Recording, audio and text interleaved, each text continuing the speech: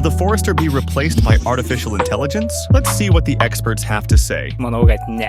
Greičiausiai bus labai naudingas pagalbininkas. Žmogus, kuris tvarkysi su mišku, jis tikrai naudos inovatyvias technologijas ir dirbtinį intelektą taip pat.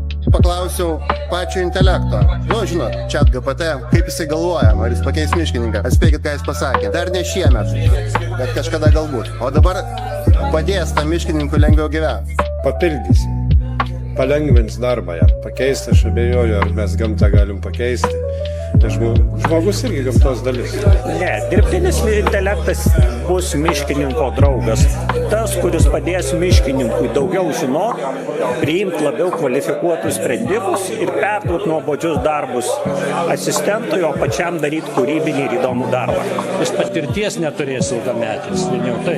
Miškininkystė yra ciklas 100, 200, 300 metų ciklas. What are the main technologies that change forestry? Jeigu apibūdinti tiek pasaulinę, tiek lietuvišką, kurios ištakos yra vokiškoje miškininkystės sistemoje, tai jinai stovi ant dviejų, mano galva, pagrindinių kojų.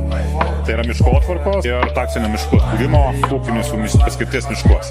Nuo sodmens iki galutinio produkto, dabar skaitmenizacija visur reikalinga ir kuo greičiau ir sklandžiau mes šitos procesus įsidiegsim, tuo efektyviau galėsim dirbti. GIS programos, žemėlapiai, skaitmenizacijos arba IT sritis, kurios tikrai yra didžiuliai pagalbininkai šiai dienai. Aš pats savo praktikoje naudojau jas. Galiu pasakyti, kad be jų informacijos surinkimas, kažkokio analizų darimas yra labai sudėtinga. Does technology help or interfere with sustainability? Technologijos yra tik įrankis. Kokią mes kryptį užduosim, ten ir judės. Jeigu nukreipsimės miškų naudojimui, jos padės naudoti miškus. Jeigu nukreipsim į ekosistemų apsaugą, jos be abejo padės išsaugoti bioįvairovę. Tvarumas turbūt neatsiejamas be technologijos. Kita vertus, pati veikla miškininkystės yra tvari. Mes vykdom mišką, sodinam mišką, duodam naudą tiek žmonėms, tiek gamtai. Nemanau, kad technologijos nei padeda, nei trukdo, čia priklauso nuo to,